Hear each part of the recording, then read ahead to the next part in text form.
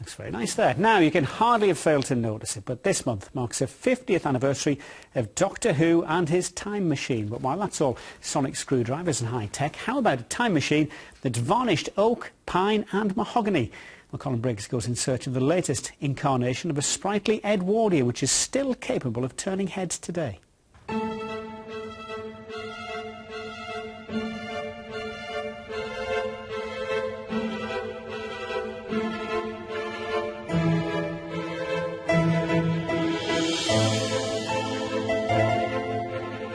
In 1912, George Cockshott, a solicitor from Liverpool, sketched out plans for what he thought might prove a handy dinghy. Within a 12-month, there was a small fleet of them racing at nearby Kirby, the International 12. 100 years later, they're still racing and still building them to exactly the same specification. This is the maiden voyage of the latest from Sellafield engineer turned boat builder Stephen Beresford. While he wrestles with a 4.7 on Ullswater, this is the view from a boat design expert. It was originally designed to be a yacht tender. Now that is, today we wouldn't think about a sailing yacht tender, but at that time it was designed with that in mind, and so that led to all sorts of things about it. For instance, it had to be lightweight, so it could be perhaps lifted on and off, so it wasn't just towed. It had to be relatively small. It had to have a very simple rig that could be set up quickly and easily, and so on. So all these things today are still valuable characteristics. These are the blueprints, unchanged for a century. So how do you translate that into a boat? If you were to show this to a boat builder of 500 years ago, you'd be entirely at home and understand what this is all about. You would recognise it and think, yeah, that's how I build my boat.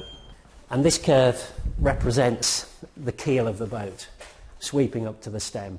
And the first stage is I would build on the bench, and then I will place it onto the building frame.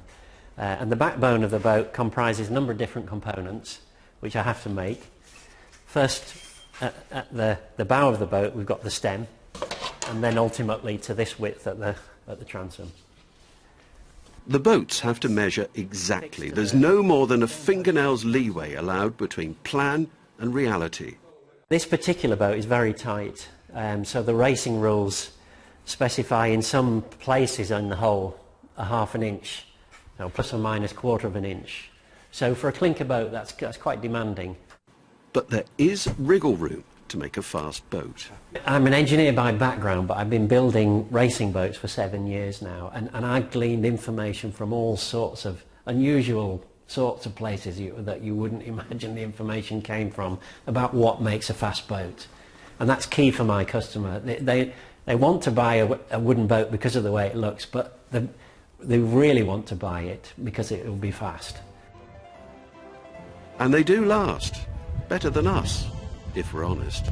They'll outlive most of the people who buy them and also outlive me. So they'll last a long, long time. And in fact, many of the boats I work on the repair and restoration side are family heirlooms. You know, grandfather had it, dad had it, and now lad has it.